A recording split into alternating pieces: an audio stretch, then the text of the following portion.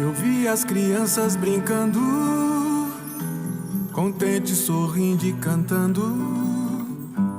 E nesse momento senti de agradecer a Deus. As árvores dando seu fruto, sombra, remédio e ar puro. O ninho das aves nos galhos. Então agradeci a Deus. Também ouvi o cantar dos passarinhos e o barulho das águas no mar e a chuva caindo na terra. A natureza veio me despertar para agradecer. Muito obrigado por poder estar aqui. Muito obrigado por poder ouvir e ver e desfrutar das coisas que o Senhor criou. Quero agradecer. Muito obrigado por poder andar, por me dar voz para cantar e proclamar tudo o que fez na minha vida e pelo que fará.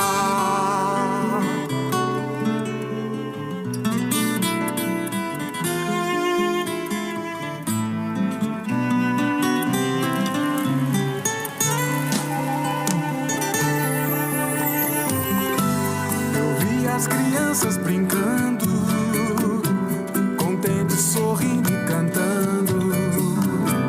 E nesse momento senti de agradecer a Deus. As árvores dando seu fruto, sombra, remédio e ar puro. O ninho das aves nos galhos. Então agradeci a Deus. Também ouvi o cantar dos passarinhos e o barulho das águas no mar.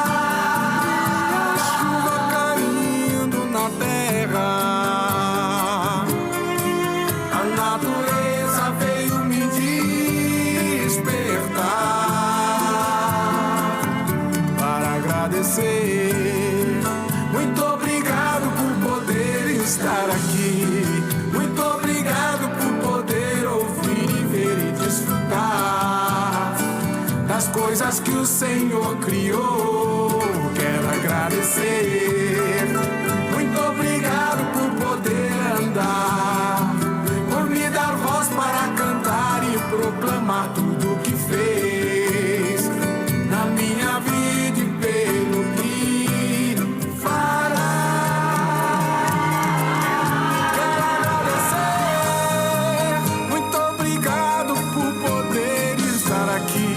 Muito obrigado por poder ouvir e ver e desfrutar das coisas que o Senhor criou. Quero agradecer. Muito obrigado por poder andar, por me dar voz para cantar e proclamar tudo o que fez na minha vida e pelo que fará. Obrigado, Senhor. Na minha vida e pelo que fará. Quero agradecer.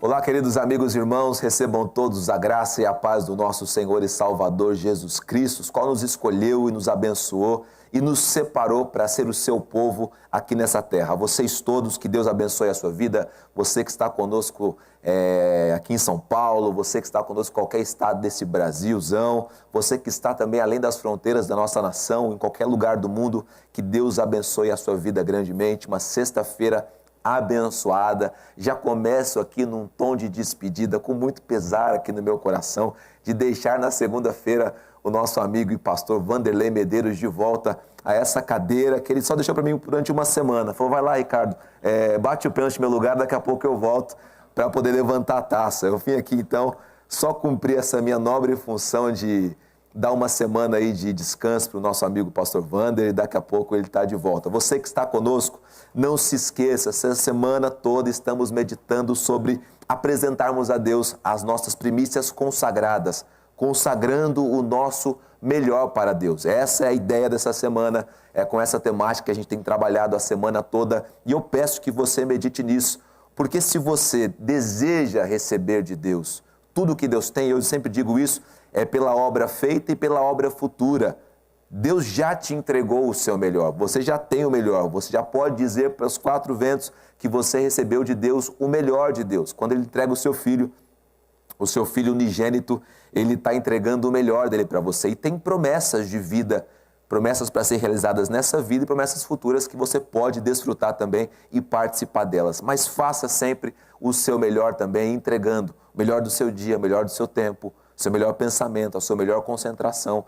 Tudo o que você tiver de melhor, coloque à disposição do Senhor, porque assim o Senhor vai se agradar de você e vai abençoar a sua vida com toda a certeza. Você que faz parte aqui da Igreja do Mandaqui, domingo às 10 horas da manhã e às 19 horas temos um encontro marcado aqui para louvarmos a Deus, estarmos juntos aqui buscando a presença do Senhor às 10 da manhã e às 19 horas. Você que está aqui na cidade de São Paulo e pode se locomover, estamos na Avenida Ultramarina, número 616, aqui no bairro do Lausanne Paulista. Você vai jogar aí no seu Waze, aí de qualquer lugar você chega aqui rapidamente, a gente está perto das marginais, a gente está perto das grandes vias aqui, você vai conseguir chegar aqui bem rapidinho. Você que está em outro estado, talvez em outro país, você que está bem distante daqui, pode nos acompanhar, só jogar no YouTube aí, @BPCMandaqui, ou no Facebook também, ou até no Instagram, as nossas transmissões vão te alcançar, eu tenho certeza absoluta que vai ser uma bênção para a sua vida, vai te fortalecer, vai te levar às portas e os caminhos da salvação até você e a sua família. Hoje temos alguns irmãos aqui da nossa comunidade também celebrando mais um ano de vida, e já quero começar o programa de hoje mandando os meus parabéns para ele aqui do Mandaqui. Temos o nosso amigo, líder de Gêmeos, diácono também, Haroldo Ferreira, completando mais um ano de vida, que Deus te abençoe. Gabriel Domingues, a gente percebe, irmãos Ângela, Léo, que a gente está ficando um pouquinho velho quando você vê uma criança que você pegou no colo, agora já está completando, acho que 17 ou 18 anos esse menino aí, talvez um pouco mais, não sei exatamente, mas completando mais um ano de vida, que Deus te abençoe, Gabriel. Gustavo Conceição Vaz também, que Deus te fortaleça. A Joyce Dória também, te vê ela crescendo, já é uma adolescente abençoada. A Kézia Andreoli, Kézia, que Deus abençoe você, abençoe Ivan, parabéns pelo seu dia. E a nossa querida irmã aqui de ministério, que trabalha junto com a gente aqui no staff, também uma pessoa que viveu uma transformação, encontrou-se com Jesus e tem sido bênção em nosso meio, a Tatiane Tosta Ribeiro. Que Deus abençoe a sua vida também, Tati, a cada dia mais. Eu quero convidar para estar junto com a gente. Toda sexta-feira a gente tem um papo aqui de alto nível. Tem tido o pastor Vander e o pastor Carlos Eduardo aqui, um papo sobre cristologia de alto nível. Eu quero convidar o pastor Carlos para estar com a gente aqui. Pastor Carlos, bem-vindo ao programa Mandaqui mais uma vez. Bom dia e paz do Senhor.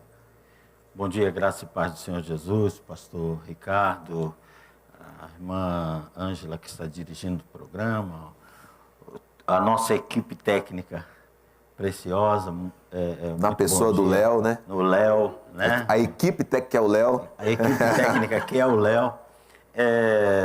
Um bom dia a vocês, bom dia a você que está conosco, que separou esse tempo para ouvir as coisas referentes ao nosso Senhor e Salvador Jesus Cristo. Que a graça e a paz do Senhor esteja no teu lar, na tua vida, em nome dele. Amém. Pastor, te convidei também para estar conosco, para que o Senhor pudesse orar por esses irmãos, abençoando a vida deles, estão completando mais um ano de vida, são pessoas preciosas, amém, queridas, e queria que o Senhor fizesse uma palavra de intercessão, de oração por eles. Amém.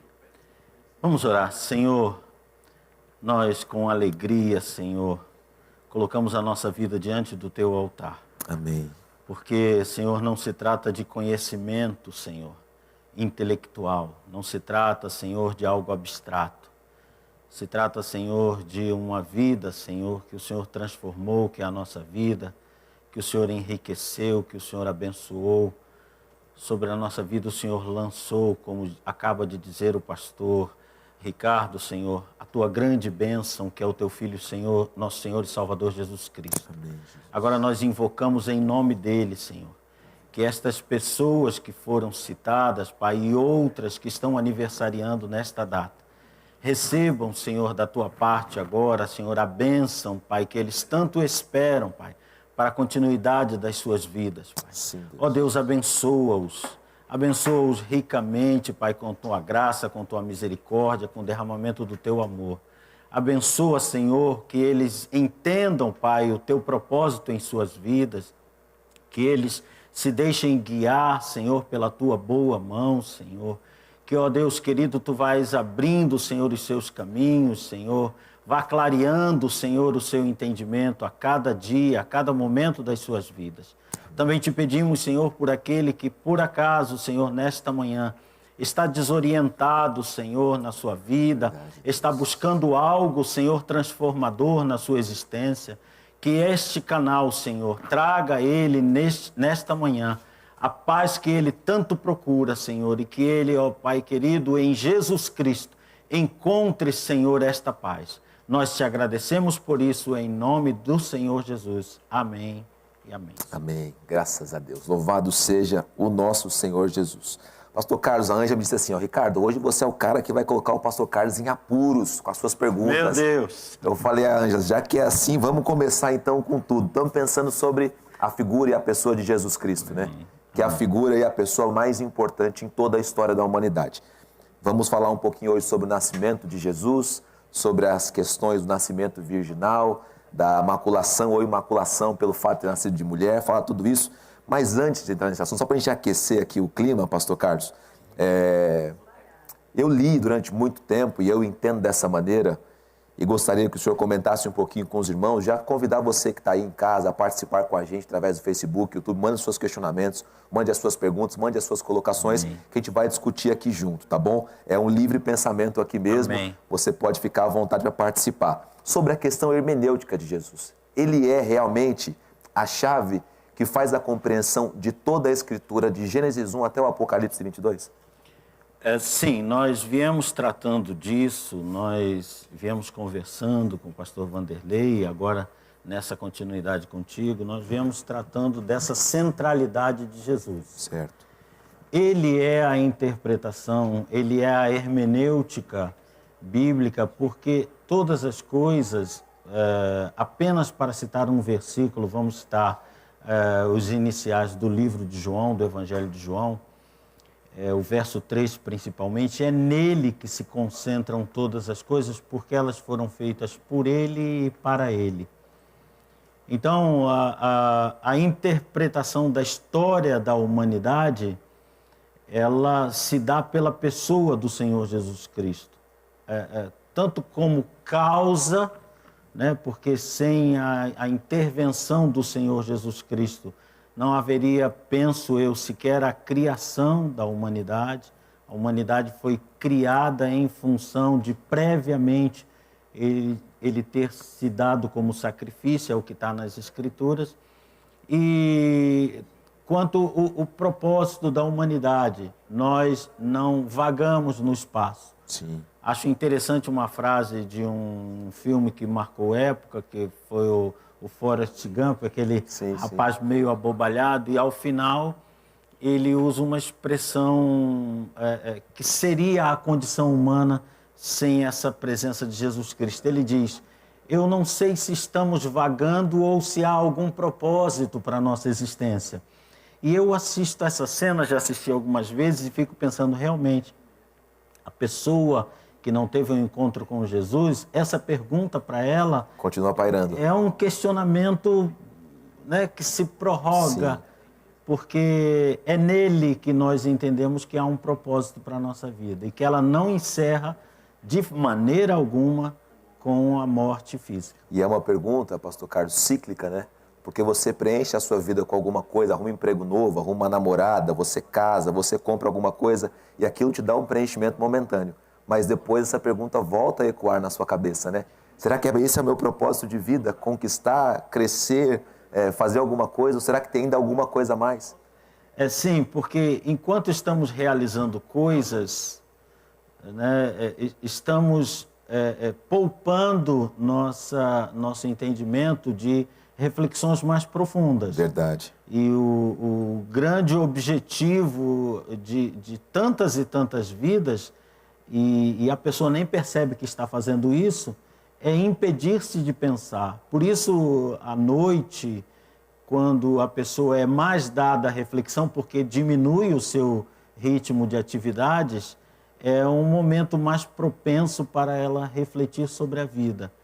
E sem a centralidade de Jesus, sem um significado válido para a nossa vida, metafísico, a questão se prorroga. Sim. Porque a solução dos nossos questionamentos é metafísico, é para além da física.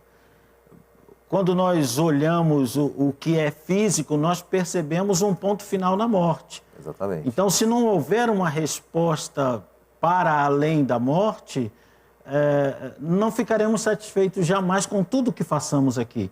E Jesus Cristo é esse ponto. Quem lê o Evangelho encontra a tão angustiante resposta que nunca vem em outra pessoa, em outro fator da vida. Mas nele encontramos. Sim. Então eu recomendaria a quem está nos assistindo, se você tem interrogações a respeito da validade, da utilidade, do propósito da sua vida, leia o Evangelho. E eu lhe dou a certeza absoluta que você vai encontrar a resposta que está procurando. E vai encontrar razão para essa vida também, né, pastor? Com certeza. É claro que a gente encontra em Jesus respostas para as coisas que não possuem respostas, que são o que estão por vir, né? Sim. Ele dá uma declaração de tranquilidade para a gente, de que existe alguma coisa e é algo bom. Depois nós lemos as revelações do Apocalipse, sabemos daquilo que ele está falando, mas ele dá garantias para essa vida também de preenchimento, de tranquilidade, segurança, de realidades que a gente vai viver só nessa vida, né? Então a leitura do Evangelho também te traz respostas para o seu hoje, para o seu agora. Sim, é maravilhoso porque é uma mensagem completa. O Evangelho é uma mensagem satisfatória a todos os níveis de questionamento. E o auge, eu penso, o clímax, porque é bom saber, durante o Evangelho, que a minha vida é abençoada. Eu amo a expressão de Paulo na carta que escreve aos Efésios, capítulo 1, verso 3. Vocês já estão abençoados com todas as bênçãos espirituais dos lugares celestiais, e isto é na pessoa de Cristo Jesus. Então, ele, com esse versículo, também fez um grande resumo do que é a nossa vida quando temos fé em Jesus Cristo. Nós estamos abençoados, nós somos abençoados, vai dar certo, a tempestade vai passar, o furo no pneu do carro vai ser consertado, enfim, aquele ponto de vista otimista da vida. Sim. Minha vida é amada, minha vida é abençoada. Paulo diz que isso se dá na centralidade de pensamento e de fé em Jesus Cristo. Mas eu ainda diria que o clímax é que as provas irrefutáveis da ressurreição dele, que nós poderemos ver adiante, né, em outros programas, e a convicção com que ela nos é trazida, acaba o grande questionamento da vida humana. Meu Deus, de onde eu vim, para onde eu vou? E a ressurreição dele, seguida das afirmações que ele nos traz, exatamente, de que isso é para nós, a afirmação de Paulo de que ele é primogênito. Então, a ressurreição vai ter muitos irmãos dele. Isso é tremendamente gratificante, dignificante para a vida humana. Se você ainda não leu o Evangelho, você está perdendo o maior prazer da sua vida. É verdade. O senhor disse algo que é muito importante. Eu já avisei o pastor Carlos aqui que eu não vou seguir as perguntas, a gente vai entrando num bate-papo aqui, daqui a pouco a gente chega no contexto, se não for possível também, se Deus permitir, sexta-feira que vem a gente está de volta e vai entrando nisso. Mas o senhor disse algo muito importante, a qual eu lia ontem e refletia também sobre isso, né? Muitas vezes os judaizantes tentaram anular o discurso de Paulo, dizendo que Paulo nem sequer era apóstolo. Então eles tentavam manchar a imagem de Paulo para que a mensagem de Paulo também fosse manchada. Hoje, no nosso tempo, as pessoas tentam com todas as forças fazer a mesma coisa com a mensagem de Cristo. Sim. Se ele sequer existiu, não existem provas e tal, aquela coisa toda, para na verdade, no fundo, para você que talvez não estude tanto ou não pense tanto nisso, é para manchar a mensagem que ele deixou. E as afirmações que ele deixou são irrevogáveis, né? São irrefutáveis. Sim. A realidade da presença dele é irrefutável na história. Ninguém consegue mais apagar esse fato histórico e real de que Jesus esteve entre nós. E hoje eles tentam, então, fazer o quê? Manchar a imagem para que a mensagem dele também caia em descrédito. Não existe nada mais curioso do que uma pessoa que está indecisa sobre se o caso dela é o de um ateu ou de uma pessoa que odeia Deus ou Jesus Cristo. Porque uma hora ele está dizendo que não existe, outra hora ele está tentando combater o que Jesus diz. Sim.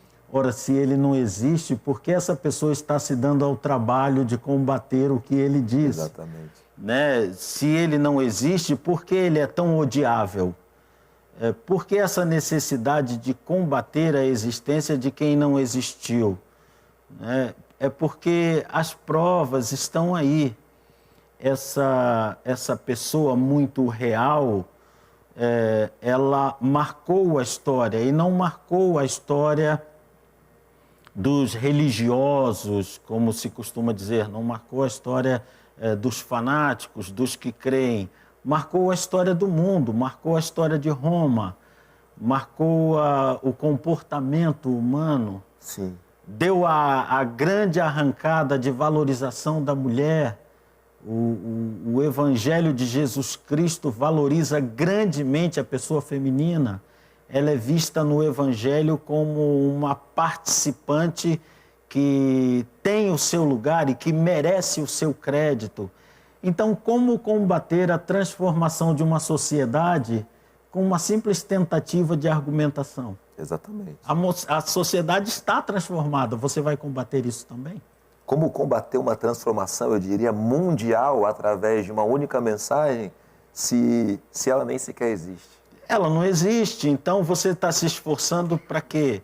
Está se esforçando para... O que é mais curioso, as pessoas se esforçam para demonstrar que ele não ressuscitou. Querido, se você pensa que ele não existe, por que você se esforça tanto por ele não ter ressuscitado? Então, são argumentos que, graças a Deus, nos comprovam a existência de Jesus, porque o esforço de tentar negar é muito grande. Sim. Não se tenta negar uma nulidade. Eu vou negar que um homem foi num avião até Vênus e me esforçar naquilo. Não precisa, porque o raciocínio de todos já os conduz à evidência óbvia de que um homem num avião não pode viajar para Vênus, não pode viajar na direção do Sol. Você vai perder tempo combatendo isso? Jamais. Você não vai, você não é falto da cabeça.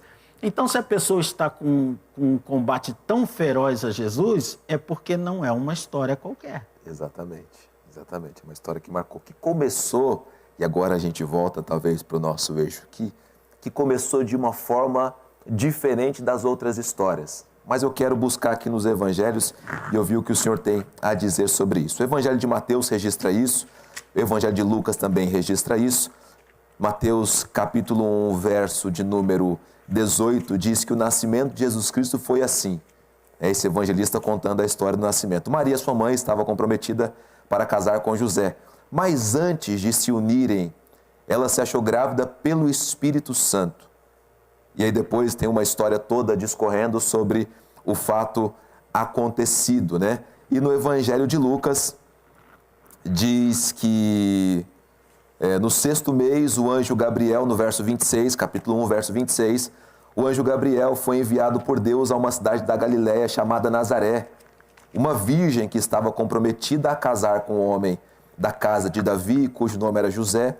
A virgem se chamava Maria, e aproximando-se dela, o anjo disse: Salve, agraciada, o Senhor está com você. Ela, porém, ao ouvir essa palavra, perturbou-se muito e pôs-se a pensar no que poderia significar esta saudação. Mas o anjo lhe disse: Não tenha medo, Maria, porque você foi abençoada por Deus. Você ficará grávida e dará à luz a um filho, a quem chamará pelo nome de Jesus Cristo, de Jesus. Esse será grande e será chamado Filho de Deus Altíssimo. Deus, o Senhor, lhe dará o trono de Davi, seu pai. Ele reinará para sempre sobre a casa de Jacó, e o seu reinado não terá fim.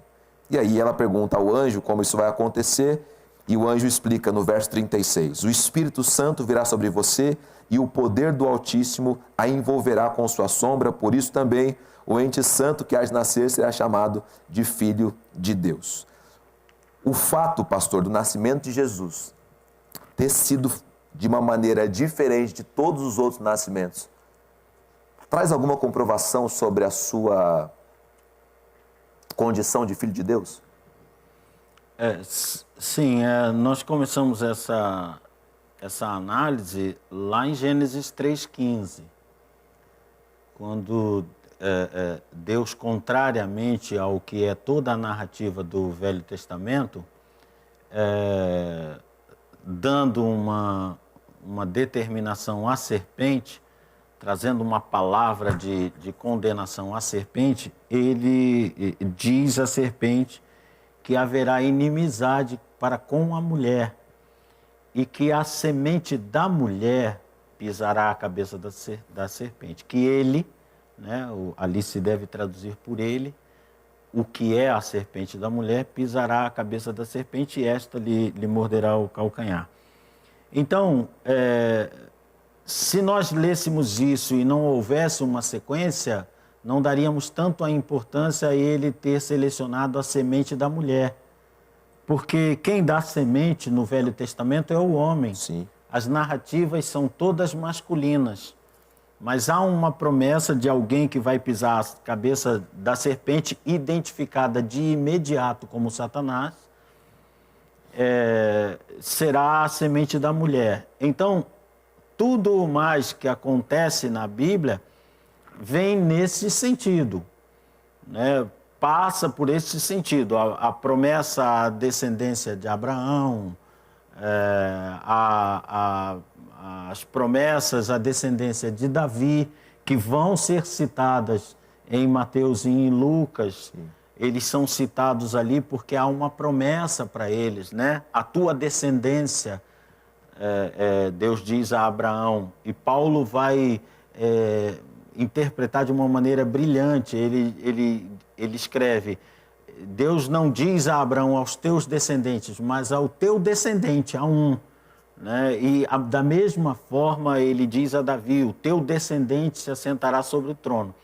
Então estamos construindo no Velho Testamento um entendimento sobre alguém.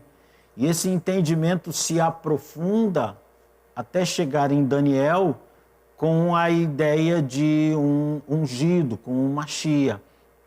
Então há a construção de um ser que virá à Terra, e na construção desse ser ele passa em Isaías pela descrição de ser ele a pessoa divina, porque Isaías o qualifica como, lá no capítulo 9, como um menino, portanto é um ser humano, mas o seu nome é Maravilhoso Conselheiro, Deus Forte, Pai da Eternidade e Príncipe da Paz, qualificativos divinos. Sim.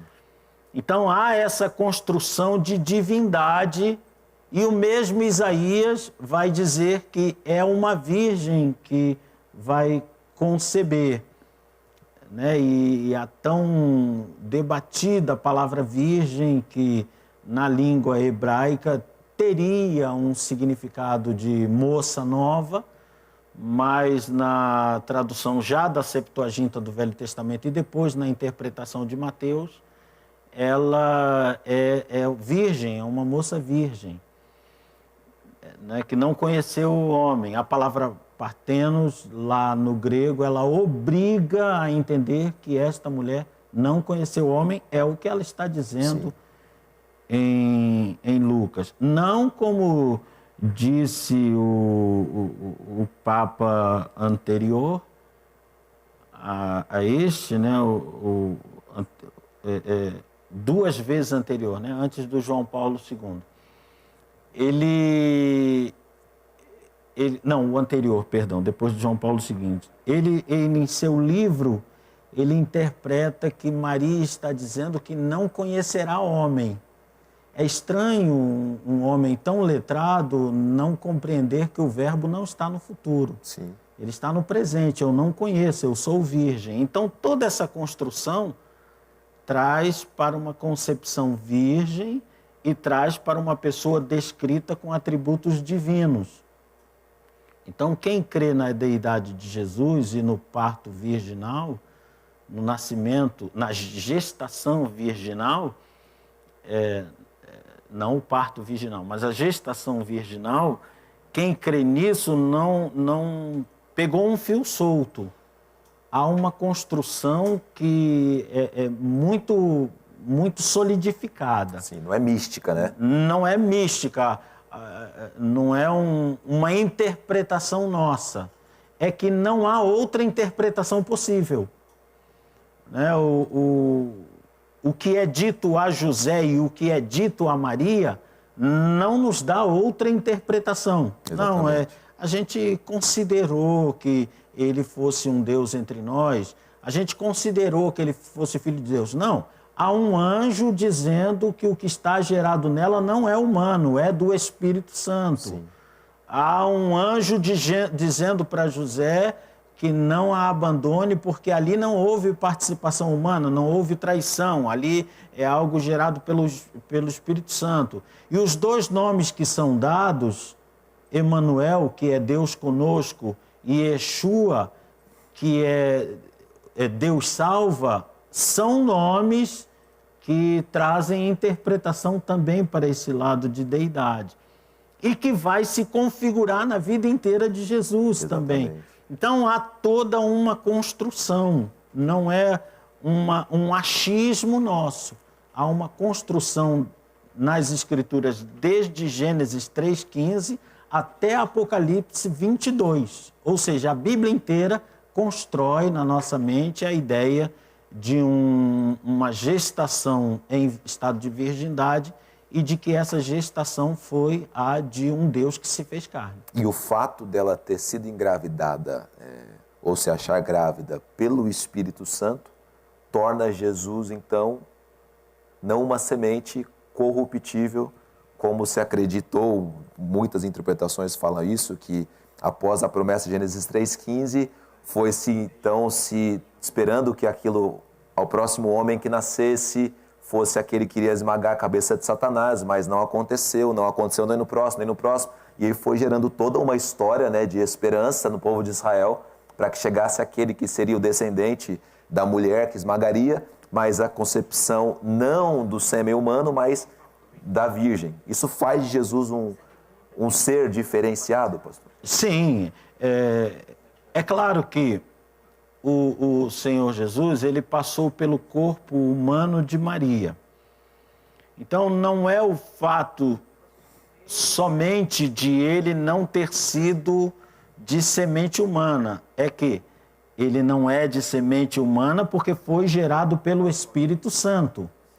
Então, somente Deus gera Deus, né? O que está, por exemplo, lá nos Salmos, tu és meu filho amado, hoje te gerei. Então, era difícil compreender isso.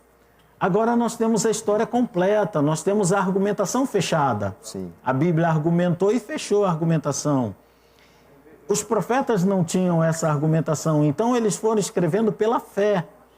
Porque não foi um que escreveu toda a argumentação bíblica, cada um escreveu um trecho. e escreveu pela fé, porque ele mesmo não compreendia aquilo que ele estava dizendo. Porque virgens definitivamente não concebem. Exatamente. Tanto não concebem que esse é caso único na história humana, é claro. Então, sempre foi difícil essa concepção e ela não seria possível sem a intervenção divina.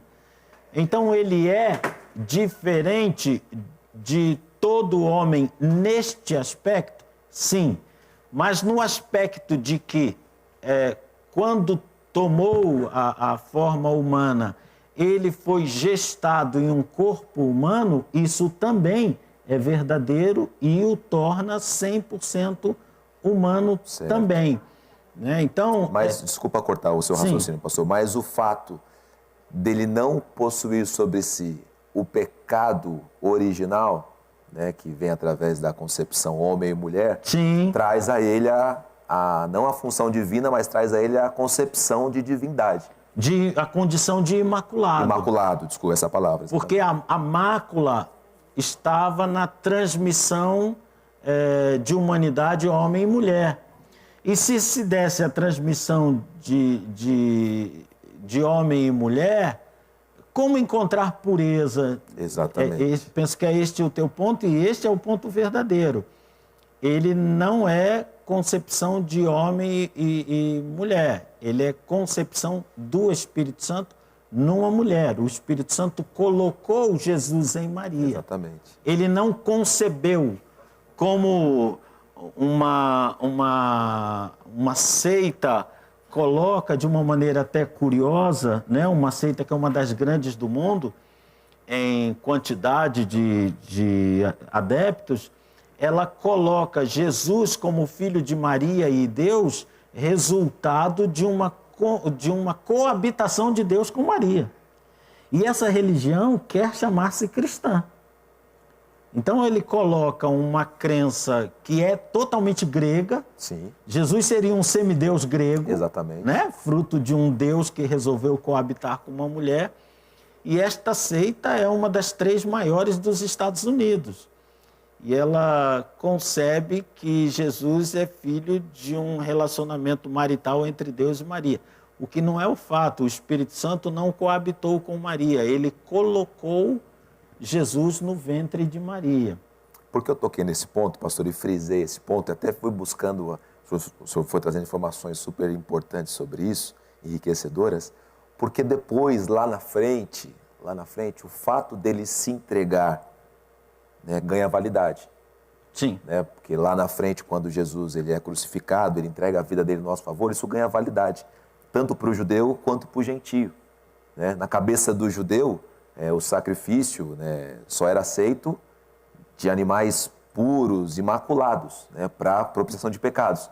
E aí depois lá em Hebreus a gente vai entender isso, né, quando ele explica aos hebreus que o sacrifício de Jesus, por ele não ter sido, na nossa compreensão e construção, na verdade, uma compreensão aqui junto com vocês, está sendo construído, o fato determinante é o seu nascimento. É claro, depois toda uma vida, né, de cuidar de Deus, toda uma vida em santidade, a palavra mesmo diz que ele nunca pecou, nunca viu o pecado, torna o sacrifício dele lá na frente válido para nos purificar e nos salvar de todo qualquer pecado. Sim, porque é o primeiro e único caso na história, e Hebreus é um livro extraordinário, né? Hebreus vem martelando, pelo menos 3 vezes ele martela o termo imaculado, né? Sem mácula, sem mancha, sem pecado. E Hebreus vai trabalhar com isso. Ele é imaculado, porque gerado sem mácula, portanto, livre de pecado original. Sim. E porque após gerado sem mácula, não pecou. Então, as duas coisas comprometem qualquer sacrifício humano e o tornam inválido diante de Deus. Exatamente. No máximo, o sacrifício humano, ele tem uma validade temporária, ele tem prazo de validade. É interessante que o povo judeu dentro da visão de Paulo, ainda não abriu o entendimento, ainda não caiu o véu, né? Exatamente. 2 Coríntios 4, não caiu o véu, não caiu... Para nós aqui no Brasil, né, não seria cair o véu, seria cair a ficha. Né? Não caiu a ficha. Espera, como é que é o sacrifício do teu Cordeiro Imaculado? Todo ano, no Yom Kippur. Exatamente. Espera aí, então vocês não fazem sacrifício todo ano, vocês fazem comemoração do pecado, que é uma expressão ousada do autor aos Hebreus. Escuta, querido. Se vocês vão matar todo ano um cordeiro, vocês não estão fazendo sacrifício todo ano, vocês estão comemorando a cada ano o aniversário do seu pecado. Porque uma vez por ano a gente não comemora que faz aniversário. Exatamente. Então, se uma vez por ano eu estou matando um cordeiro para dizer que eu sou pecador, eu estou fazendo comemoração do meu pecado.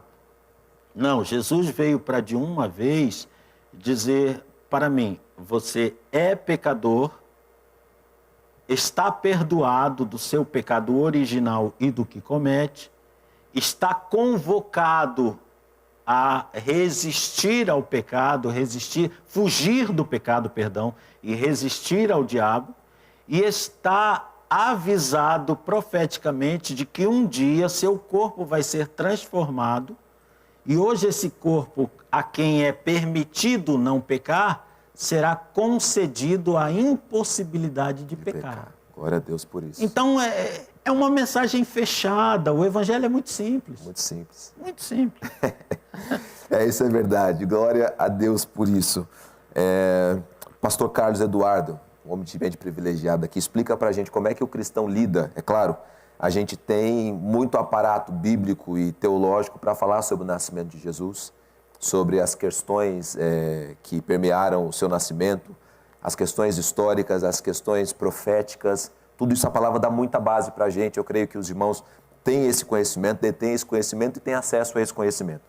O que o crente faz com esse período, talvez do primeiro ano de Jesus até o seu 12º ano, onde ele aparece ali no templo, e aí os questionamentos que aparecem nesse período da vida de Jesus?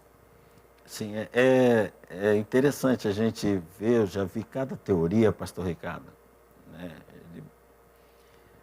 Coisas extraordinárias. Jesus teria ido ao Himalaia, teria se tornado um monge tibetano,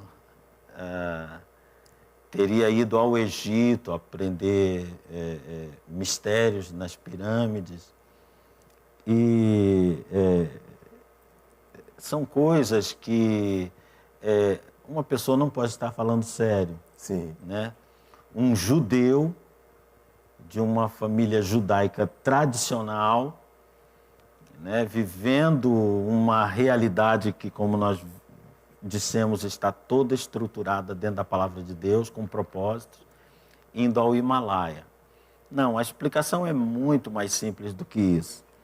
A partir de 2 anos de idade, mais ou menos, quando ele volta do Egito e vai para Nazaré, porque ao sul, em Judá, está reinando Arquelau, que é um rei pior que o seu pai, se é que isso é possível, mas eles disputavam quem é o pior, não se sabe quem ganha.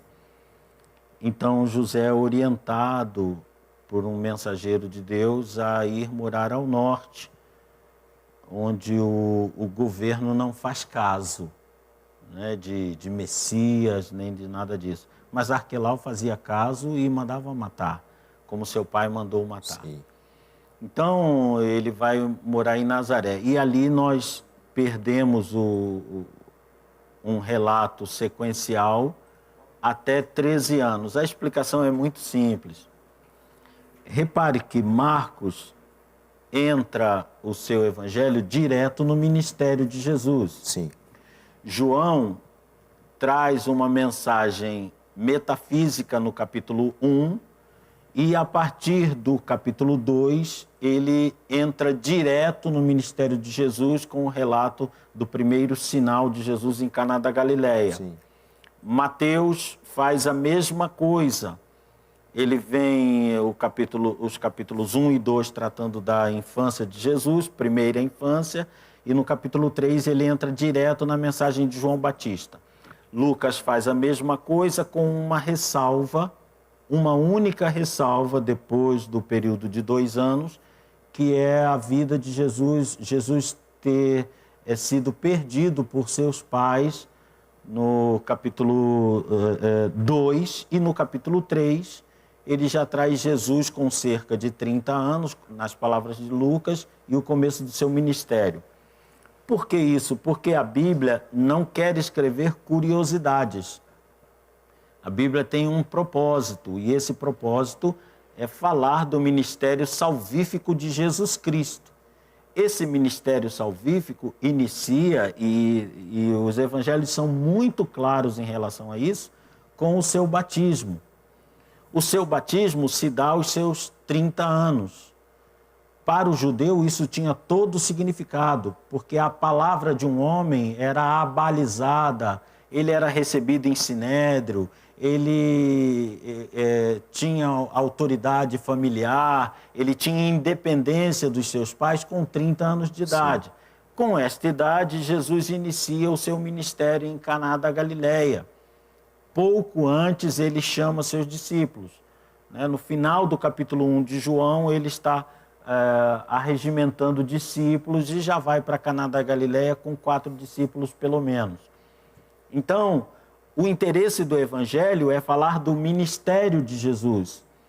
E se em Caná ele realiza o primeiro sinal, está negado tudo que ele pudesse ter feito de extraordinário antes dali. A narrativa do seu encontro no templo, ela visa diretamente a informação de sua ciência, que também é combatida por fariseus e hoje no mundo moderno por pessoas que não leem a Bíblia e querem combater a Bíblia, né? Deixa eu dar um recado se alguém está assistindo. Querido, se você quiser combater a Bíblia, faz um favor para mim, leia a Bíblia. Porque senão fica difícil, né? Olha, eu quero provar que o Ricardo não está aqui. Não, mas ele está do seu lado. Ah, não tinha visto. Quer dizer, se eu não vi, eu não posso combater. Então, nas Escrituras, Jesus ele não é alguém que de repente acha, eu poderia ser o Messias, acho que eu sou qualificado. Não, ele com 13 anos diz ao seu pai, né, de quem ele é filho adotivo, e à sua mãe, ele diz que convém a ele estar na casa do seu pai, que não pode ser José. Sim. Então, qual é o interesse direto do registro dessa passagem? O de que Jesus é plenamente ciente do seu messiado, da sua condição divina e humana, e ele fará isso valer quando iniciar o seu ministério. E o indicativo indireto é o de que a onisciência pertence a Deus. Sim. Então, para o mundo católico, é tremendamente constrangedor naquela ala que tem colocado a nossa querida irmã Maria como Senhora, né, e Salvadora, e até onisciente, como o livro Glórias de Maria traz, é tremendamente constrangedor que ela e José perderam um filho num templo. Exatamente. Então, como uma pessoa presciente, onisciente, perde um filho no templo? Não perde. Exatamente. Então, há mensagens diretas e indiretas que justificam esse registro, mas ele é apenas para esse objetivo e vai se tratar nos evangelhos do ministério de Jesus. E complementando a isso, pastor, tem momentos onde a Bíblia se cala sobre algumas situações, né? Mas aí a gente faz, para compreender aquele momento, uma leitura mais ampla dentro de todo o contexto bíblico. Sim. Né? Esse caso eu posso aplicar em Jesus também, mesmo que de repente eu não tenha registros históricos, nem de tradição oral, contando a sua história de 2 até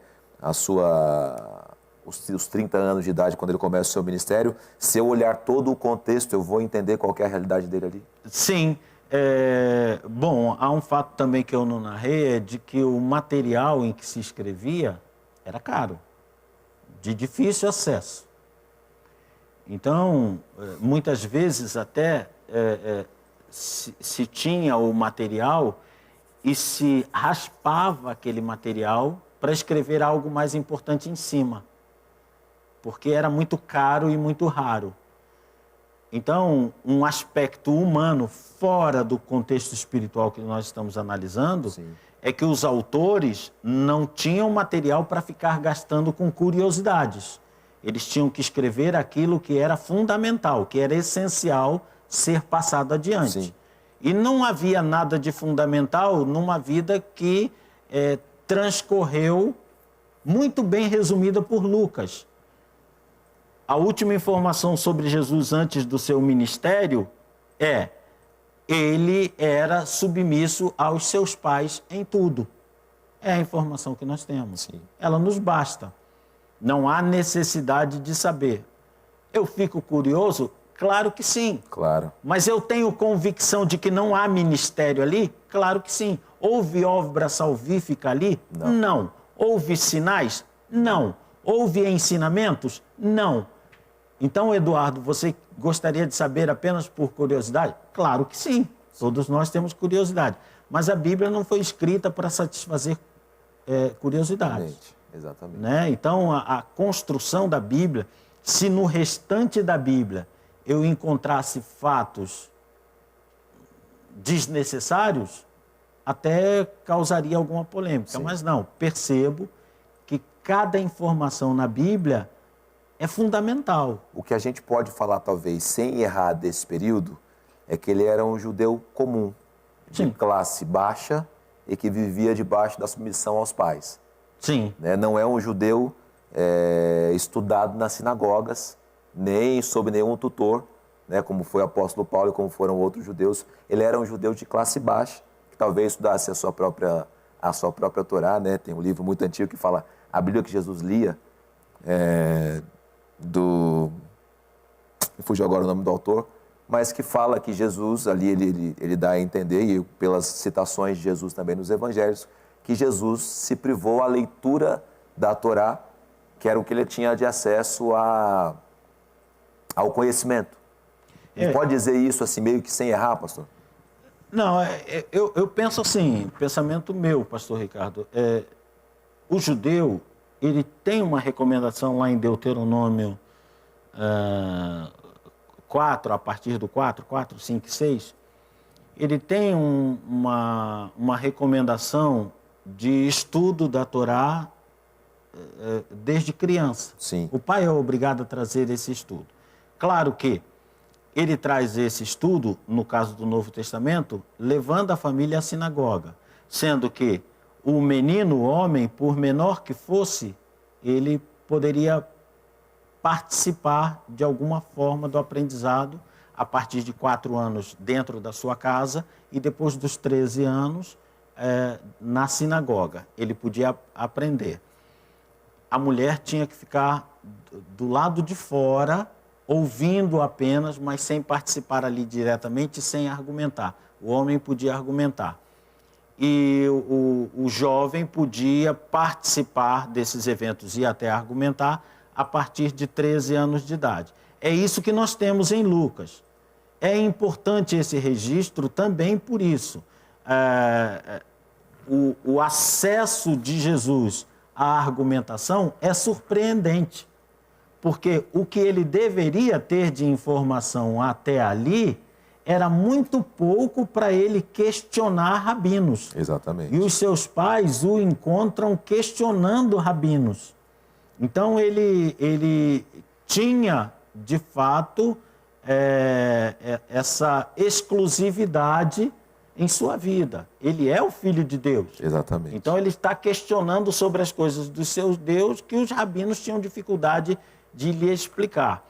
Mas, a partir dali, ele podia participar, e penso eu que participava, das reuniões nas sinagogas todo sábado, de leitura da Torá, de interpretação da Torá e dos livros, se era, claro, na sinagoga dos fariseus, ele estudava os outros livros, os livros proféticos, os escritos. Ele vai citar isso.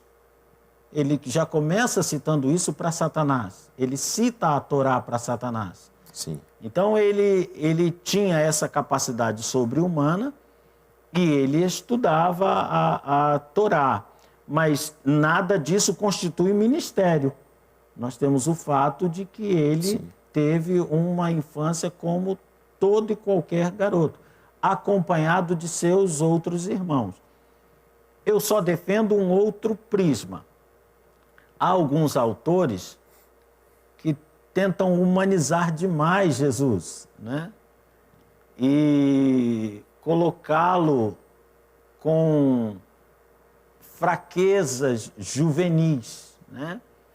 Ele terá se apaixonado, terá se desiludido, como todo adolescente, terá visto a sua querida, a sua amada, se comprometer com outro rapaz, isso terá ferido seu coração. Meu querido, Jesus veio à Terra com uma missão. E a sua missão não era participar dos dissabores humanos, né? Numa condição de fome física, já que os seus discípulos vão até a cidade buscar comida, ali em João 4, quando ele tem o encontro com a mulher samaritana, os discípulos dizem para ele: mestre, desculpa aí, nós demoramos, mas come agora um pouco, o senhor está sem comer a manhã toda, esse sol aqui de rachar moringa, come aí, mestre. E ele fala simplesmente: a minha comida é fazer a vontade do meu Pai. Eu não estou preocupado com comida. Então, esse é o Jesus integral, né? Ele não tem preocupações com dissabores humanos, né? Desilusões infanto-juvenis. Não, ele não tem isso. Ele nasceu com uma missão. E veio para cumpri-la, né? E a cumpriu cabalmente. Se concentrou nisso.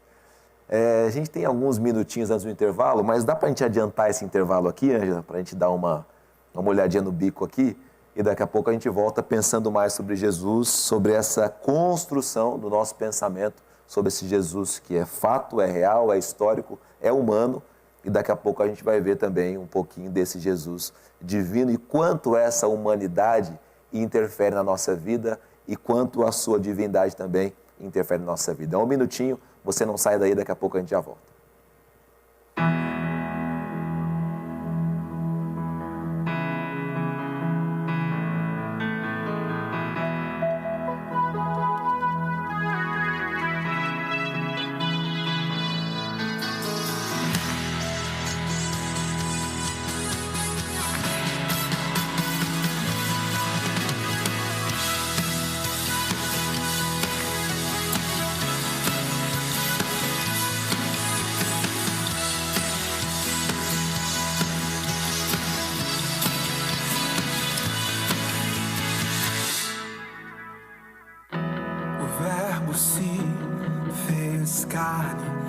Habitou entre nós, veio ao mundo, mas o mundo não o conheceu.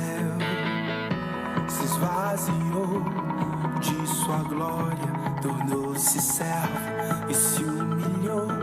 Por isso Deus o exaltou e acima de todo nome está. A morte não o segurou,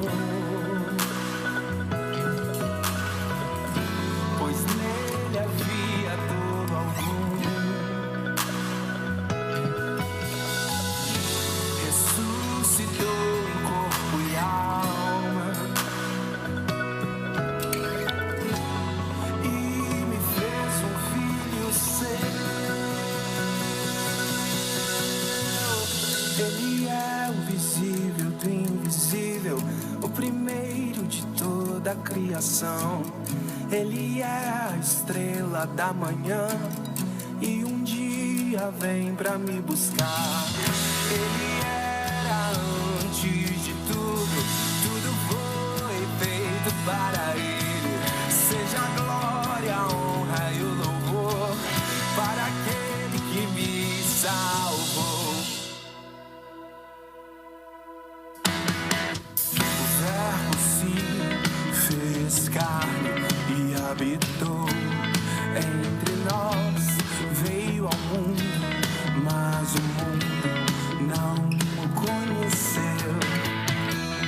esvaziou de sua glória, tornou-se servo e se humilhou. Por isso Deus o exaltou e acima de tudo o nome está. A morte não segurou. Não, não, não, não, não, não, pois nele havia dor algum. Ressuscitou em corpo e alma e me fez um filho seu. Ele é o visível do invisível, o primeiro de toda a criação. Ele é a estrela da manhã e um dia vem pra me buscar.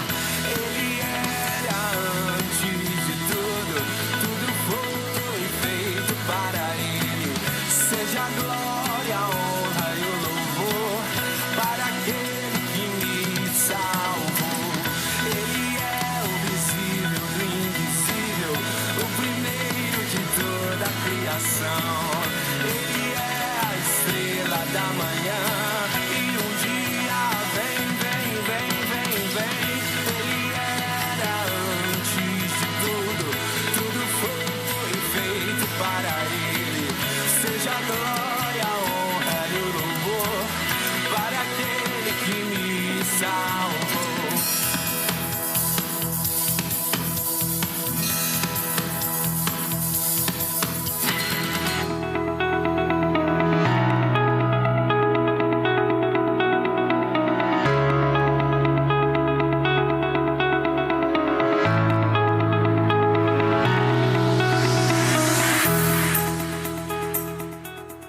Amigos e irmãos, estamos de volta com mais um bloco aqui do nosso programa Manhã Manda Aqui. Hoje recebendo a ilustre presença do pastor Carlos Eduardo. Estamos pensando aqui juntos e discutindo e ele nos dando uma aula aqui de graça, sem te cobrar nada, sobre cristologia, sobre a figura do Cristo, a figura humana e a figura divina de Jesus.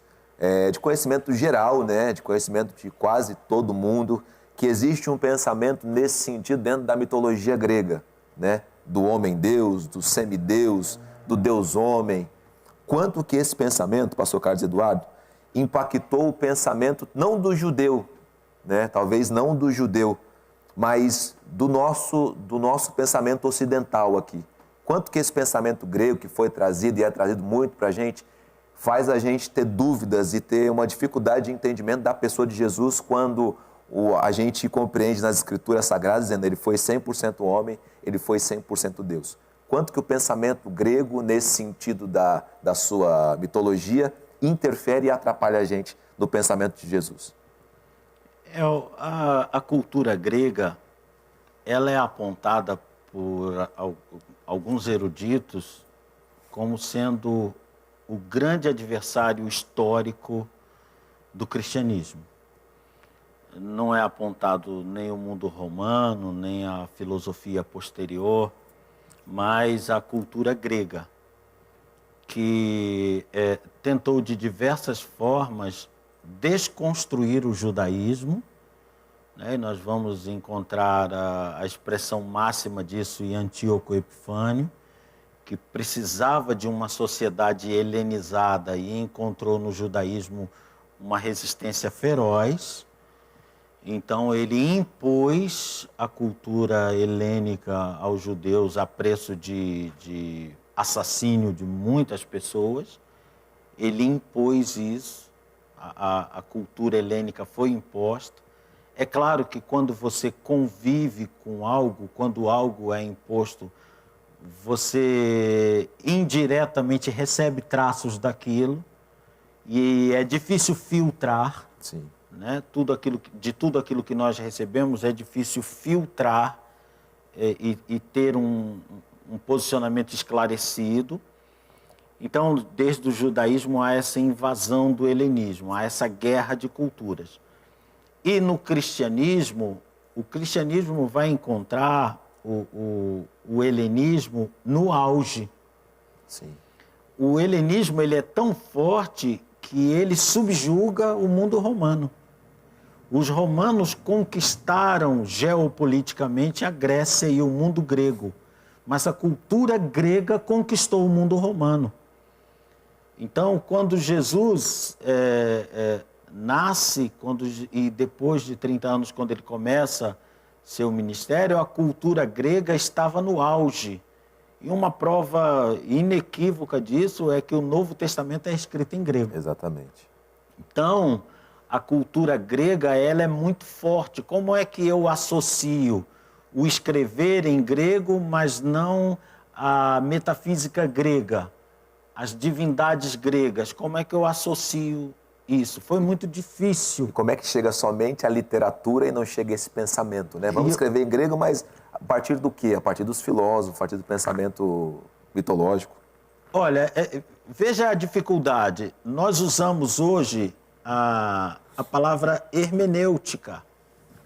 O que é o hermeneuta hoje? Abandonou-se quase que completamente o sentido secular do termo hermenêutica ou hermeneuta, que é aquele que interpreta.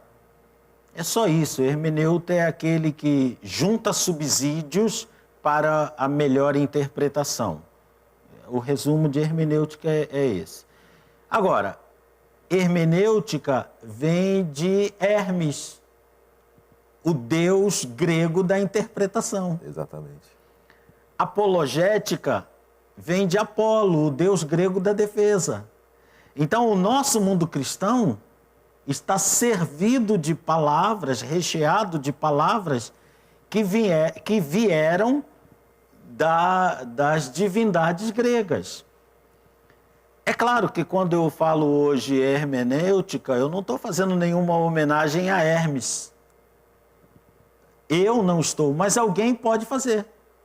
Se deixar vencer pela ideia de que, afinal de contas, Hermes foi o primeiro e grande intérprete, porque era intérprete dos deuses.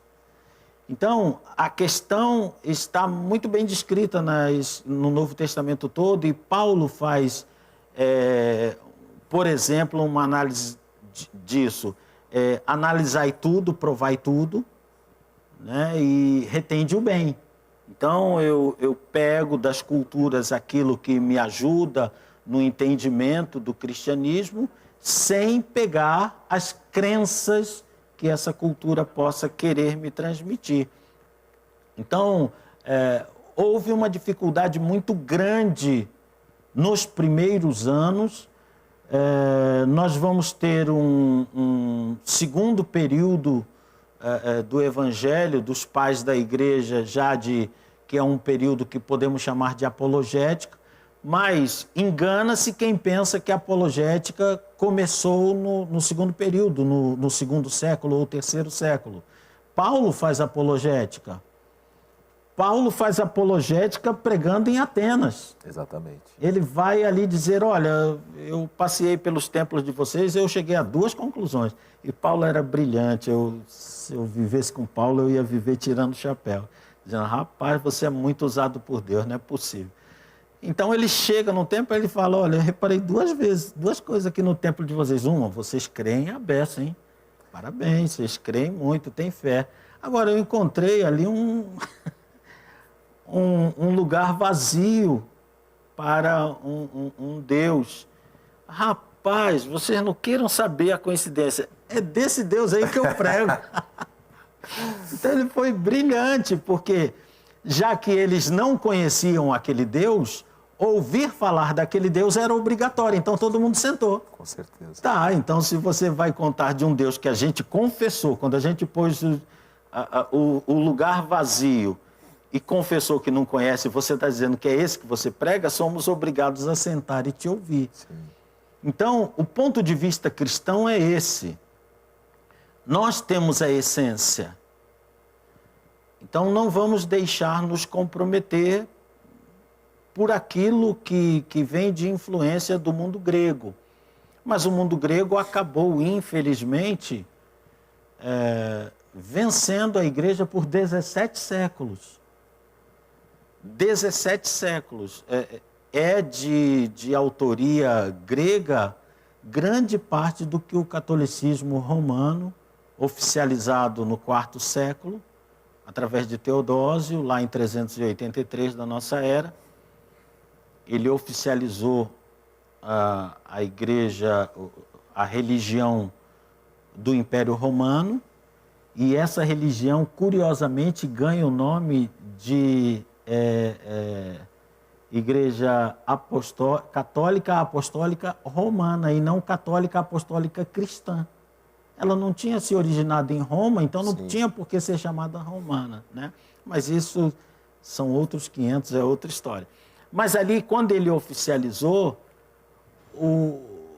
a crença grega já se misturou, né? Se misturou tudo. Completamente. E o filho de Constantino, Constantino II, ele já era um rei dentro da linha dos reis de todas as épocas, mas principalmente dessa época, ele era sanguinário. Então ele simplesmente disse que quem não seguisse a fé que Constantino tinha estabelecido, que tinha salvo o reinado de Constantino, quem não seguisse não era agradável a ele. Então o povo queria ser agradável ao imperador, claro, porque sabia o que isso significava. Teodósio começou a cortar a cabeça, e Teodósio, há registros históricos de que quando ele se aborrecia, morria muita gente. Então, o que aconteceu com todos os sacerdotes gnósticos de todo o mundo romano, greco-romano? Passaram para a fé. Havia a escola que hoje há, por exemplo, aqui no Mandaqui. Olha, nós vamos receber vocês, mas nós vamos passar um período aí conversando, solidificando sua fé. Não, eles entraram para o mundo, eles vieram sacerdotes e entraram para o nosso mundo. Mudamos de lado, gente. Não quero morrer. Porque a cabeça vai ser cortada. Então eles foram recebidos no mundo cristão, mas eles eram sacerdotes lá. Não é muita coincidência que no século seguinte começou a veneração dos mortos. Não é coincidência que a veneração dos mortos transformou esses mortos em semideuses? Sim. Então, rapidamente, nós temos agora intercessores. É muito curiosa a condição de intercessores, porque eu peço a um chamado santo uma coisa que Deus vai fazer. É Deus que faz, mas eu peço para o santo. Sim. Aí, quando Deus faz, eu agradeço ao santo, que ele pediu para Deus. Isso é claramente um posicionamento greco-romano. Eles tentaram fazer isso, chegando aí na sua pergunta, né? Deu uma volta grande. Eles tentaram fazer isso com Jesus, tentaram transformar Jesus num semideus, numa incorporação de um Deus. Mas a igreja cristã autêntica soube se posicionar e nos transmitir essa fidelidade que nós trouxemos até hoje. Sim. Jesus é integralmente Deus, integralmente homem. Ele não é semideus nem semi-homem. Ele é integralmente Deus, integralmente homem. Esta é uma crença judaico-cristã. Ela não tem nada de grego. Ela não tem nenhuma mistura da cultura ou da religiosidade grega. Isso foi uma dúvida, o senhor sabe bem disso, durante muito tempo, né? Como chegar à definição desse Jesus 100% homem, né? Que cresceu, claro, né? Não cresceu, ele cresceu podendo pecar, né? Podendo, na sua humanidade, ver qualquer pecado, mas como ele não nasceu com a aptidão do pecado ao qual nós nascemos, ele estava meio guardado nisso, também ao mesmo tempo 100% divino.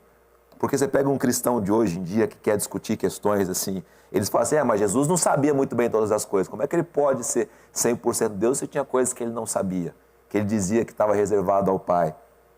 Como é que ele era 100% homem se em alguns momentos ele falava diretamente com Deus? São questões que a gente vai trazendo e depois, acho que é em Niceia, né, 325, que eles discutem essa questão e dão essa definição, né? Não, ele era 100% homem e era 100% Deus. Antes o apóstolo Paulo já tinha defendido isso com outras palavras, mas creio que é nesse concílio. Como essa ideia, pastor Carlos Eduardo, ela vem perdurando há muito tempo, ainda existe dúvida sobre isso hoje? Sempre existiu e sempre vai existir.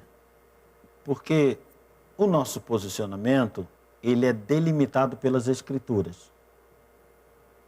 Eu creio no rigor do que está escrito.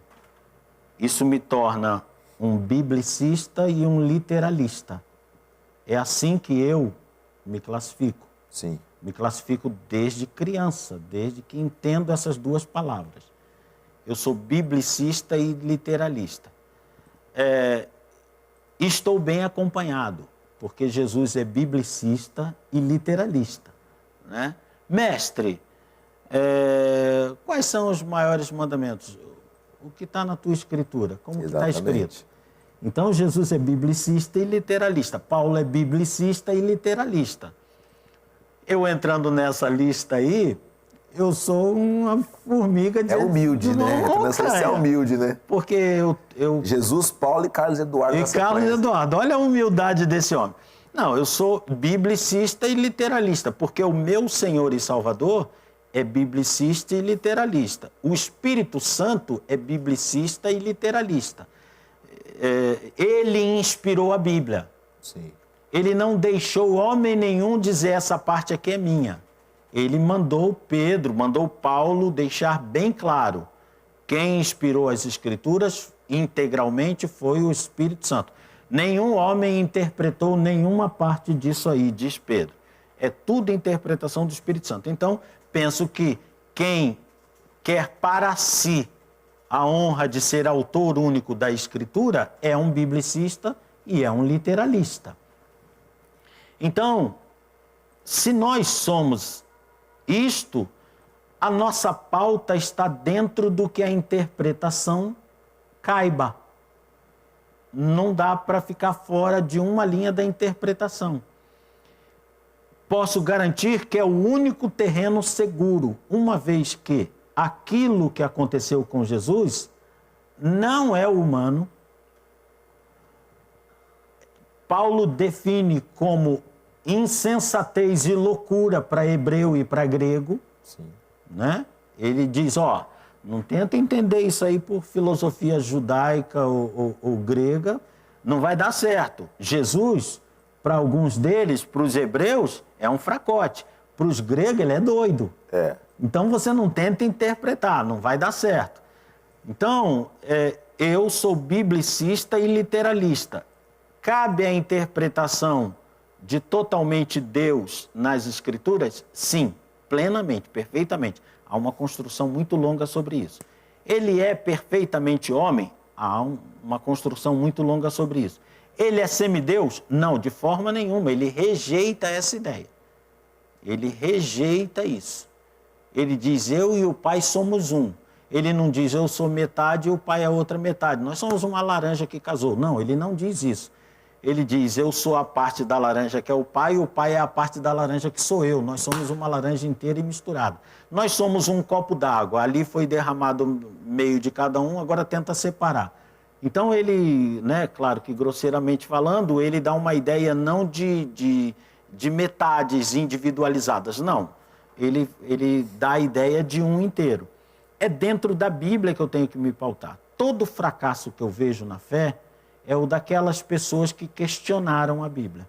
Sim. Eu tive um colega brilhante, nós íamos para concurso bíblico, me lembro que ele estava começando a fé, eu já tinha bastante tempo de fé. Eu tenho dó desses competidores, viu? Não. Eu tenho dó desse povo, viu, Ângela? Aqui ia para o concurso bíblico, passou o Carlos Eduardo. Nós íamos, pela misericórdia de Deus, nós ganhamos muitos concursos bíblicos. Imagino. Nós conheci um rapaz brilhante, tinha facilidade de assimilação da Bíblia, sabe? Eu disse para ele, eu disse, olha, você é brilhante, vai nisso. Aí ele foi fazer faculdade teológica numa faculdade liberal. Deu 2, 3 aninhos. Então ele começou a dizer que não era bem assim, que Deus não é Deus, Deus é Deus só de vez em quando. Sim. Começou com essa conversa de quem você percebe claramente. Exatamente. Que ele se corrompeu. Se perdeu no terreno da Se você sair do biblicismo e do literalismo, você se perde, porque nós estamos falando de um homem que nasceu de uma virgem. Nós estamos falando de um homem que chegou diante de um túmulo em que havia um defunto de 4 dias e falou: Lázaro, vem para fora. Você vai querer explicar isso biologicamente para mim? Você vai dizer que a biologia tem explicação para isso? Não, não tem. O desafio de Jesus é: você crê ou não crê, filho? Porque o que a Escritura está dizendo é isso. Não, mas nunca se ouviu dizer que um homem andasse sobre as águas. É verdade, filho, concordo com você. Recentemente teve um rapaz, se não me engano, na África, que tentou andar, morreu afogado. Tá vendo? Não é boa coisa você tentar, se Deus não tiver certeza absoluta. Mas a minha Escritura diz que um homem fez isto. E que o outro, tendo dito: se é o Senhor mesmo, me permite fazer isso. E ele diz: então vem. Então eu creio nisto. Por quê? Porque a estrutura que ela apresenta para mim é convincente de que isto é verdade. Sim. Então a ideia de um Jesus meio a meio precisa ser rebatida por nós. Dentro do literalismo da Escritura. Dentro da própria Escritura. Eu creio que casa, né? Casa com esse texto. Um texto aqui do apóstolo Paulo, onde ele fala sobre a humilhação de Jesus, né? Onde ele diz que ele tornou-se homem, né? Filipenses 2. Exatamente. 2:8. 2:8 já é o desfecho, né? Porque a história toda começa aqui no versículo 5. Sim. Tenho entre vocês o mesmo modo de pensar de Jesus Cristo, que mesmo existindo na forma de Deus, não considerou que o ser igual a Deus fosse algo que deveria ser retido a qualquer custo, nessa versão que eu estou lendo aqui. Pelo contrário, se esvaziou-se, assumindo a forma de servo, tornando-se semelhante aos seres humanos e reconhecido em figura humana. Aqui a gente já rebate toda a ideia de que ele só era Deus, né? Sim, sim. Aqui já cai tudo isso por terra.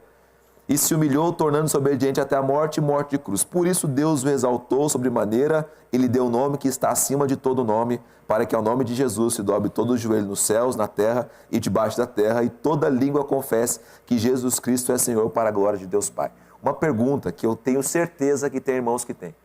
Jesus tomou a forma divina a partir da sua ressurreição, pastor? Não, esse texto é maravilhoso, sendo literalista. Vamos lá. Né? Esse texto é maravilhoso porque ele tem uma cristologia completa e perfeita. Na sequência, verso 6, ele era Deus. Não teve por prerrogativa o fato de ser Deus. Sim. Então, quem ele é inicialmente? Deus. Ele é completamente Deus. Não teve isso por prerrogativa, né? Ser Deus. Mas aniquilou-se, ou seja, anulou sua divindade, não considerou sua divindade, pôs para trás sua divindade. Em que aspecto? No aspecto de fazer uso dela. É nesse ponto que eu queria tocar. Sim. Nesse ponto, porque assim, na cabeça das pessoas, quando eles leem esse texto, eles dizem assim: não, ele abriu mão de ser Deus para ser humano. Não é isso que o texto está dizendo. Não. Né? Está dizendo que ele olhou para aquela condição e disse: não é por isso que eu não vou assumir a forma humana. É claro, de uma maneira muito simples de compreender. Né? Eu continuo sendo isso, eu continuo sendo presidente dessa república aqui, porém, isso não me impede de sentar aqui e tomar um café com o senhor.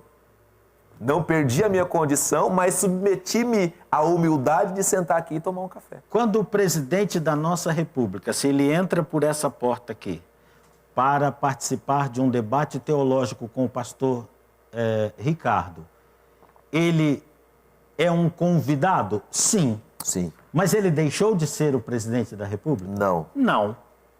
Ele abriu mão de estar no palácio, Exatamente. Abriu mão de determinar ordens. Ele não vai chegar aqui para dizer: aproveitando que eu estou com o pastor Ricardo, eu quero assinar uma lei. Não, ele abriu mão disso, da prerrogativa de ditar, de impor, de se impor, de se escudar. Ele não se escudou com o fato de ser Deus.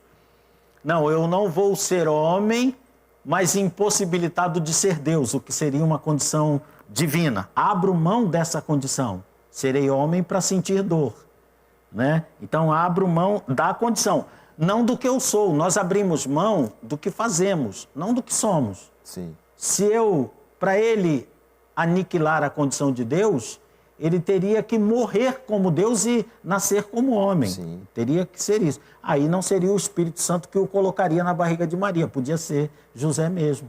Exatamente. Se ele morreu como Deus, José já resolve o problema. O fato de você sentar para brincar com o seu filho não te anula a condição de pai. Não. Né? Não te faz uma criança. Ah, não, eu sou uma criança. Agora não. Você é somente um pai brincando com o seu filho, que é uma segunda analogia sobre esse mesmo fato de Jesus. Sim. Uma vez, um seguidor de uma seita, sobre essa questão de conversar com Jesus, de Jesus conversar com Deus, né? Ele disse para mim assim, então você quer dizer que Jesus é louco? Eu disse, não brinca, é mesmo, Ele é louco, porque ele conversava com ele mesmo, né? Se ele conversava com Deus, ele conversava com ele mesmo. Eu falei, rapaz, não é que agora você descobriu a pólvora? Ele era louco, mas ele aprendeu essa loucura com o pai dele, porque está lá escrito no Salmo 110. Disse o Senhor ao meu Senhor, assenta-te à minha direita. Se Jesus era louco, ele aprendeu isso com o pai dele, porque o pai dele também conversava sozinho. O pai dele, que é Senhor, disse para o meu Senhor, fica sentado do meu lado direito. Se você me explicar isso aí, eu te explico como é que Jesus conversava com ele mesmo. Pastor Ricardo, ele está para me explicar até hoje. Porque não tem jeito, né? Se ele entrar Olha, se uma pessoa não cristã, ou se um falso cristão, entrar nas Escrituras para discutir com você, me perdoe a expressão, em debate teológico, ele está morto. Porque na Escritura, nós encontramos subsídio para qualquer enfrentamento. E eu alerto a quem está tentando usar a Escritura contra os cristãos. Filho, o diabo já tentou isso, não foi legal. Jesus deu uma surra nele, foi 3-0, e Jesus no final ainda falou, agora você pode colocar o rabo entre as pernas e sai. Estou te mandando sair. Então, se você quer combater a Bíblia com a Bíblia, olha, acha um livro de Nostradamus, acha outra coisa aí. Não combata a Bíblia com a Bíblia, porque se você pega uma pessoa que conhece a Bíblia, vai ficar muito chato. Com certeza. E essa construção desse texto mostra todas essas etapas de Jesus. Né? Ele é Deus. Número 2, deixou a prerrogativa de Deus porque precisava ser servo. Fez-se semelhante aos homens. Encontrado na forma humana, humilhou-se. Foi obediente. Deuses não obedecem, mas homens obedecem. Até a morte e morte de cruz. Morreu na cruz. Então Deus o exaltou, lhe deu um nome que antes não havia nele. É claro, lógico. Salvador, ele era na sua presciência e na de Deus. Sim. Mas para nós, esse momento é um momento no tempo, porque nós ainda vivemos no tempo. Haverá um dia glorioso em que nós sairemos do tempo. Sim. Né? E quando sairmos do tempo, será maravilhoso porque o todo será um. O tempo é uma breve passagem entre as eternidades. É nesse momento que nós estamos. Eu não posso medir Jesus pela minha régua finita. Ele é infinito. Ele entrou na finitude, não para ser finito, mas para levar aqueles que eram finitos para a infinitude. Ou seja, ele entrou no tempo para tirar do tempo aqueles que assim desejassem e se entregassem a ele e os levasse para a sua eternidade. Sim. Então, estando na sua eternidade, nós compreenderemos melhor ainda o que ele fez. Agora é difícil de compreender, mas eu gosto do que Jesus diz para Pedro lá no capítulo 13 de João. Olha, o que eu fiz, o que eu faço e o que eu farei por você, você não compreenderá agora, mas um dia compreenderá. Então agora apenas e tão somente tenha fé, confie. E o momento de compreender vai chegar. Porque é impossível a mente finita compreender o infinito. Exatamente. Então ele veio da condição de Deus, entrou na condição de homem, foi humilhado na condição de homem, ressuscitou na condição de homem, foi glorificado, exaltado como Deus, glorificado como Deus, adorado como Deus, e agora intercede diante do Pai por nossas vidas, está ao lado do trono, da potestade, intercedendo por nós e aguardando o grande dia de nos levar para a eternidade. É uma fé muito simples. Mais simples do que isso é impossível. Na cruz morreu o Jesus Cristo homem e o Jesus Cristo Deus. Na cruz morreu Jesus Cristo homem. O Jesus Cristo Deus é quem ressuscitou o Jesus Cristo homem. Jesus Cristo diz, eu dou a minha vida e eu torno a tomar. Ninguém a tira de mim, eu livremente a dou. Então a Bíblia ela é interessante, e esse é uma importância de ser literalista. Ela atribui, no Novo Testamento, ela atribui a ressurreição de Jesus a Ele mesmo, ao Espírito Santo e a Deus. Sim. Ela diz, Deus o ressuscitou. Ela diz, o Espírito daquele que ressuscitou Cristo ressuscitará vocês também. E ela diz, ninguém tira a minha vida de mim, eu a dou e eu torno a tomá-la. Esse verbo, ele é muito enfático de poder.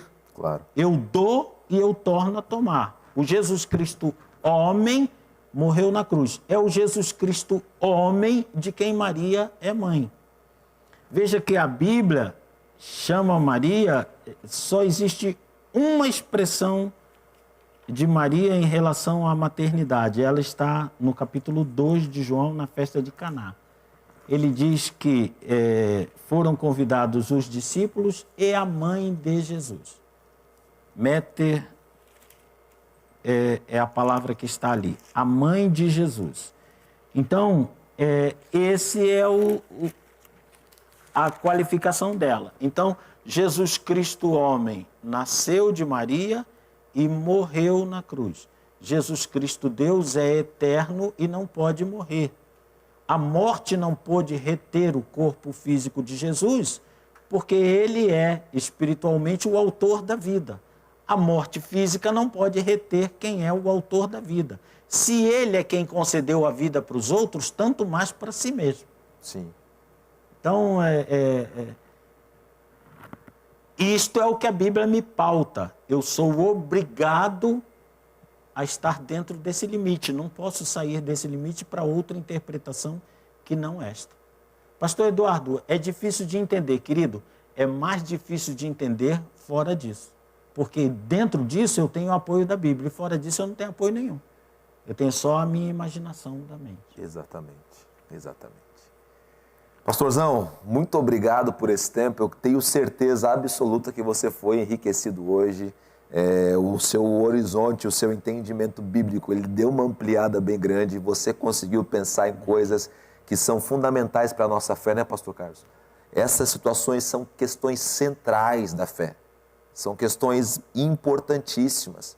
Se você não entender esses princípios básicos de quem Jesus é, você vai ter dificuldade de entender o que Paulo diz, o que os escritores das cartas universais dizem, você vai ter dificuldade de entender o que Apocalipse diz, porque você não tem o fundamento ainda de quem a pessoa de Cristo é e a sua relevância, a sua importância e o quanto ele foi, né, quanto continua sendo e o quanto será. Pastorzão, suas considerações finais para a gente poder encerrar o programa de hoje. É isto que o pastor Ricardo falou. Nós somos cristãos. Então, a nossa definição é essa. Eu procuro beber de Cristo, entender de Cristo, ser orientado por Cristo, ser pautado pela régua de Cristo. O que pauta a minha vida não é a régua da minha denominação, é a régua de Cristo que fez a régua da minha denominação. Ele é o meu tudo, ele é a minha origem, ele é o meu propósito de vida. Ele é quem entrou no mundo mortal para me dar a imortalidade. Então, eu penso que quanto mais eu leio o Novo Testamento, os Evangelhos e as cartas, mais eu solidifico a paz que estas informações transmitem ao meu coração. Quanto mais você lê o Evangelho, maior será a paz que você sentirá em sua vida, porque o Evangelho é Jesus Cristo puro, sem mistura. Ele não apresenta nenhuma interpretação de algum autor hoje, por melhor que seja o autor. Nós temos grandes autores, grandes intérpretes da palavra de Deus. Recomendo a leitura? Claro que sim. Mas não há leitura maior, melhor do que o próprio Evangelho, porque ele apresenta Cristo sem mistura de qualquer interpretação humana. O que está ali é rigorosamente o que foi soprado pelo Espírito Santo de Deus na vida de quem se entregou a ele. Recomendo que você leia livros cristãos, mas leia 3, 4 vezes o Novo Testamento para cada livro cristão que você lê. Maravilha, maravilha. Então você já tem uma recomendação aí de como estruturar muito bem o seu conhecimento do Cristo, também o seu conhecimento de Deus e as suas informações bíblicas que vão ser cruciais aí para a sua vida. Mais uma vez, pastor Carlos, obrigado. Se Deus quiser, semana que vem a gente está junto aqui, eu vou estar acompanhando lá. Vou formular várias perguntas para poder mandar aqui para o senhor, o pastor Wander, para poder aprender também, né? Poder aprender também junto com vocês. Mandar um abraço para Helena Conceição. Minha esposa. Sua esposa. Que Deus abençoe a sua vida, Helena, grandemente. Pessoal lá do Jardim Palmira, que Deus abençoe o BPC. A Sabel Vieira, lá de Franco da Rocha. A Joelma Andrade, a Geisa Bueno, o Fábio Souza. Geisa é minha irmã do Rio de Janeiro. Do Rio de Janeiro? Que lugar que ela fica no Rio? No Rio mesmo? Sim, na Praça Seca. Praça Seca. Deus abençoe a sua vida, viu, querida? Araci Lambi, lá de Palmitos, em Santa Catarina. O senhor Vicente Antunes. O Biratã Freitas. Carioca também esse? Um grande amigo, não? Paulistano. O Biratã é nome de carioca, não é? Eu conheço muitos biras. Deveria ser. Muitos biras, eles são os que eu conheço são do Rio de Janeiro. Grande amigo, excelente pessoa. Que Deus abençoe a sua vida. A Adriana Lima também, a Dacilene Araújo, que Deus te abençoe. Benção. A Célia Regina está sempre com a gente, lá de Mirante, no Arujá. A Mirela Fontanese, minha irmã muito querida aqui da nossa igreja. A Valéria Hernandes, que Deus te abençoe. A Roseli de Oliveira, lá de Mairiporã também, que Deus abençoe. Douglas Reis, lá de Canoas, no Rio Grande do Sul. Eita! Que Deus te abençoe aí, Douglas. A Valquíria Nobre, lá do Jardim Maracanã, aqui em Atibaia. O pastor José Marques, lá do BPC Parque Cruzeiro, aqui em São Paulo. Que Deus abençoe a sua vida. Grande abraço, pastor.